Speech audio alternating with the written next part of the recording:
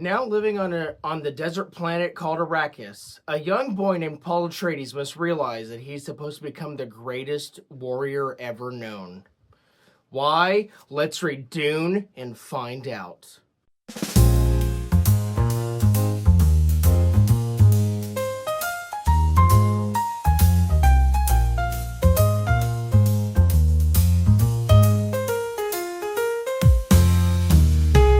Welcome back to BG's Books. I'm Mr. BG, and today I'll be reviewing Dune by Frank Herbert. So, you're probably wondering, but Mr. BG, didn't you review Dune before? And yes, I did. In fact, I reviewed Frank Herbert's 6 Dune books before on this channel. But that was still when I was relatively new to the booktube area, and I wasn't very confident in like my reviews, and that was before my current style did things, so I wasn't very impressed with those reviews. In fact, the review for the first Dune book was only like 6.5 minutes, which definitely would not cover all my feelings for the Dune books, or even the first one. So I decided to re-review Dune, as well as the other ones. We will get to those when we get to those.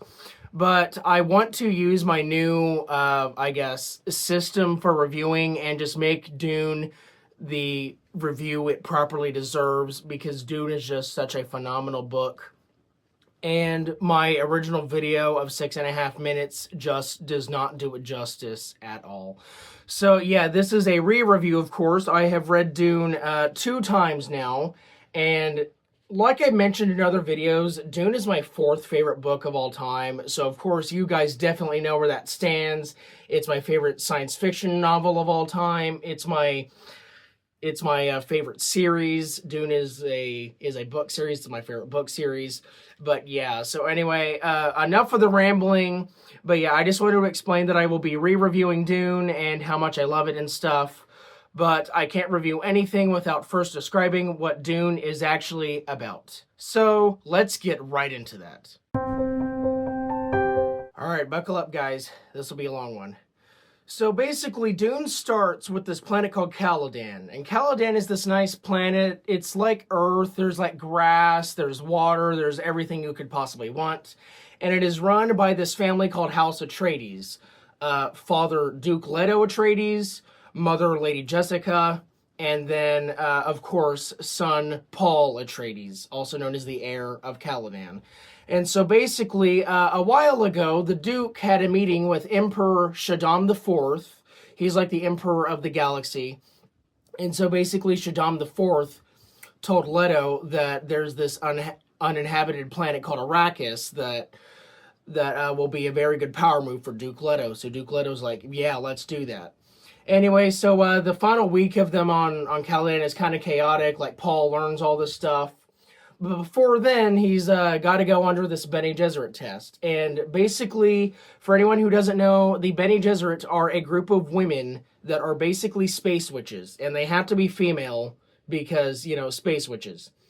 Anyway, so one of the Reverend Mothers, which is like the head of all the Bene Gesserits, she decides to make sure that Paul is human, because if he's not, he will not be the Kwisatz Haderach.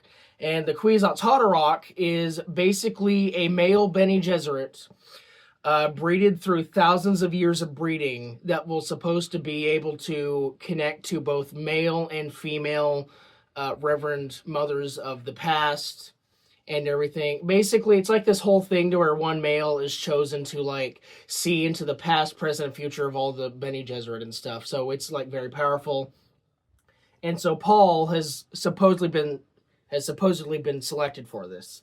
And so in order to test that he's human, he has to put his hand into a pain box while there is a needle called a Gom Jabbar. And a Gom Jabbar is basically, like I said, a needle with poison on it. And so it can kill. We will get back to that.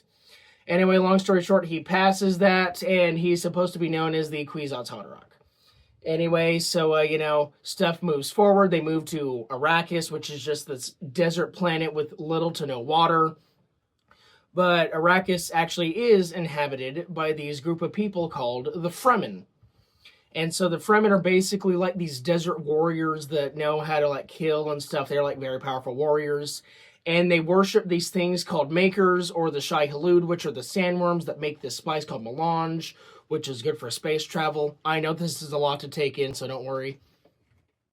I'm sorry if you heard any noise. That was just a cat. Anyway, so yeah, and the Fremen also are looking up to this deity thing called the Lisan al-Gaib, which is supposed to lead them to paradise, also known as bring Arrakis water, because Arrakis doesn't have water, because it's just a barren desert wasteland. Anyway, meanwhile, we have another house that does not like the Atreides, and this is House Harkonnen, or House Harkonnen. And basically, the Harkonnens are space Nazis. So they just do not like the Atreides do not like them, and there's something very weird about that, which we will get to in time. But anyway, so yeah, tensions are very high, and then it turns out that the Emperor was actually working with the Harkonnens to get the Duke Leto to move to Arrakis for reasons we will find out later. Anyway, so this next part of the book is just kind of rather slow. It's just kind of the Atreides living their daily life on Arrakis. It's like they save a bunch of mobile factory workers from getting devoured by one of the sandworms, so that's pretty cool. And then they have like a banquet and stuff. And stuff doesn't really get interesting again until the Harkonnens attack. Yeah, so that's very cool. So the Atreides are supposed to be safe, right? But they have this guy named Dr. Yui who kind of sold them out to the Harkonnens because I guess his wife or something was like tortured to death by the Harkonnens, and so he kind of had to like play along with it. But he doesn't like the Harkonnens either. So what he does is he finds the Duke and he's like, "Hey, by the way, so when the Baron talks to you, the Baron is the lead Harkonnen, by the way. I'm gonna put this fake tooth inside you that's actually filled with like a poison capsule. So when you talk to the Baron, just like bite down on that and then exhale very fast, and then that should like kill the Baron and stuff." So he does that, but meanwhile, Paul and Jessica are kidnapped by the Harkonnens, and then using this thing called the Voice, which is a Bene Gesserit thing, they escape and then are presumed dead, but they're actually alive and they're in the desert. We will come back to them in a second. And then, of course, Duke Leto does come face to face with the Baron, does the poison tooth thing, but it ends up only killing himself and not the Baron. But hey, at least the Barons think that Paul and Jessica are dead, right? So there's that. Anyway, Paul and Jessica kind of wander in the desert a little bit, and because the spice is like very important to Arrakis, like everything about Arrakis just has the spice, Paul starts to become very prescient, which means he starts to see the future and past and stuff, so, you know, like the Kwisatz Haderach is supposed to be. And here he finds out two important things. One, they're Harkonnen. Yeah, so it turns out that Jessica's father was the Baron Vladimir Harkonnen, which is, you know, the main Harkonnen. And also that Jessica is pregnant with a little girl. And so, you know, that's very cool. Anyway, so they continue wandering in the desert for a while, and they meet up with Duncan Idaho and Dr. Liet Kynes, who's one of the Fremen. And then they get attacked by Sardaukar, which are some of the Emperor's guys that work with the Harkonnens to take down the Atreides. Anyway, long story short is that Idaho dies, but Jessica and Paul escape, and then Liet Kynes says, "Okay, go look for the Fremen." So then they keep wandering through the desert, and then they find the Fremen eventually, including Paul's future concubine named Chani, as well as Stilgar and all the other ones. And so things are kind of good for a while. The Harkonnens are still assuming that the Atreides are dead, and Paul and Jessica are just living with the Fremen, becoming Fremen. And so this one Fremen named Jameis kind of gets jealous of Paul and stuff. And by the way, the Fremen think that he's like the Lisan al-Gaib. They think he's going to lead them to paradise. But Jameis is like, "I'm not sold." So challenges Paul to a fight, and then Paul kills him violently and becomes a really good fighter. And so from this point on, Paul is now not only known as Usul, which is base of the pillar, which is like his secret siege name with the Fremen, but his public war name is Maudib, which basically means desert mouse. And so that's like his warrior name. So now he's known as Paul Maudib, and then he just like gets with Chani and stuff. And so now the next 2 years pass. Paul has a child.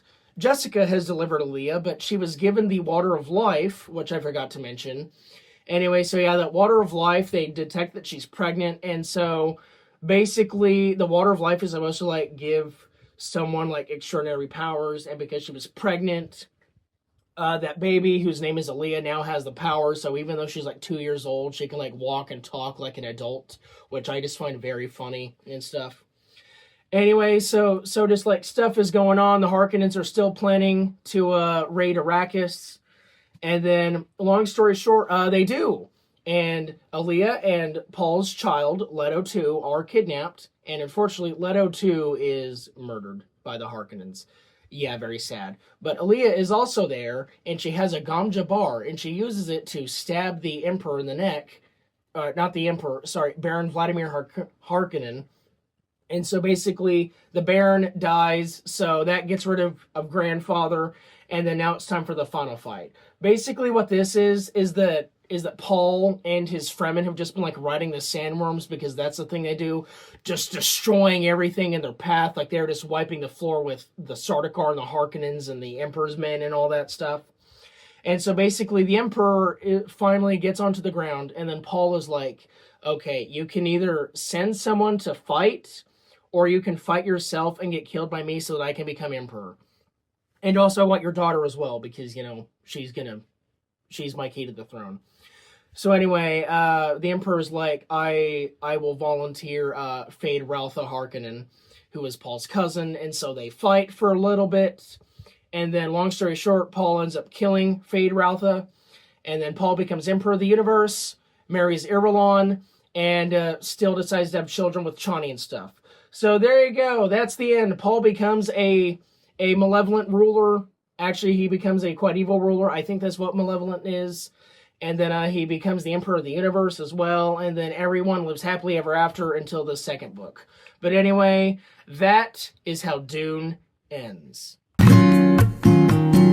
So I am very aware that a lot of you, or perhaps even most of you, were kind of just trying and struggling to follow along as I was giving the recap there. And to be honest, I don't blame you. Dune is quite a big book, as you might have seen from me holding it. It has a lot of stuff. It has so much stuff in there. It has a lot of themes and like religion and politics and stuff in there that it's kind of hard to grasp all at once. So don't worry, I was in the same boat as you when I first read it. I've actually understood it a lot more on the second read, and of course a rewatch of the movies as well.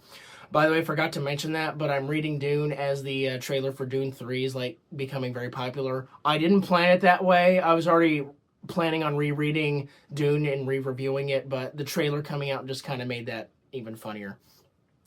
But anyway, yeah, I don't blame you if you're lost by Dune. It is very dense. It has a lot of stuff in there. But if you can stick it out and you can just kind of take it slowly and just slowly gather up all the information, I think it is very well done. It is a very incredible book. In fact, it's like the single like best-selling science fiction novel of all time, which, you know, I have to agree, Dune is just absolutely an incredible book. It is an amazing experience. It's like, I really have almost nothing bad to say about it at all. The only bad thing I will say about it is obviously it's a little too long for its own good. And some of the stuff just kind of goes nowhere. But those are like minor things. The book itself is just incredible. And I, of course, can't discuss Dune without discussing its themes as well. For one thing, the main thing is environmentalism. Frank Herbert was very much concerned about our planet. And so he wrote Dune as basically a way of saying, hey, if we don't do something about environmentalism, Earth is not that far away from looking a lot like Arrakis here. So let's get it together and let's fix the Earth together. And so that was just the main theme, but he also put like religion and politics in there. I'm not really going to discuss either. Those aren't stuff I typically like to discuss on YouTube. But another thing I will say is that Lord of the Rings was another big inspiration for Dune, I guess a little bit, because Lord of the Rings has like the standard hero's journey. Hero gets the call to action, becomes like the hero and saves the day. And Frank Herbert didn't like how unrealistic that was, and so he wrote Dune to be like a cautionary tale of what happens when you give someone too much power. And so it's kind of subtle, but Paul does end up kind of being a little bit of a jerk at the end. It's like that part where he's challenging people for the throne and stuff. He's like insulting them. He's just like saying, give me this power or else, or stuff like that. So it's like he is a bit of a jerk. So it's like Frank Herbert definitely knew what he was doing. He was an incredible writer. Dune is just an incredible piece of writing. I highly recommend it to anyone. So like if you've never read Dune before, go read it. And if you've read Dune before, read it again. But anyway, yeah, Dune is just an absolutely incredible novel, and I cannot recommend it enough. And whether or not you want to do the sequels is up to you, but I, of course, do. I plan on reading every Dune book. In fact, I'm only missing 3 of them that I don't even have yet. But yeah, so Dune is just so full of like environmentalism and politics and religion and so much stuff. So even if you're not a science fiction fan, I say you should give Dune a try just to give it a try, because your life might be changed like mine was. When the movies first came out, I wasn't big on them. I didn't understand them. I didn't know why they were so long. And then I decided to read the book after part 2 came out, and then I fell in love with Dune, and then here we are today. But anyway, so yeah, this is just rambling at this point. But yeah, as I said, please go read Dune. Your life will forever be changed for it. And yeah, Dune is just a wonderful book, and I could not recommend it enough. But yeah, guys, that is the end of the video. I hope you guys enjoyed my re-review for Dune by Frank Herbert. If you like this video, please make sure to like, comment, and subscribe down below. Tell me about your experience with Dune, how you've experienced Dune so far. If you don't have any experience with Dune, anything will do. But anyway, something I forgot to mention in the actual summary was that riding the worms, it's like I mentioned it briefly during the final fight, but riding the worm is like a rite of passage for a Fremen soldier, and so Paul gets to do that, which reminds me that I have a sandworm right over there. So, you know, I'm a Fremen now, I'm in Arrakis. So I gotta do my rite of passage and ride that worm. So I will see you guys in the next video. All right, sandworm, let's do this. Yeehaw! I'm a cowboy!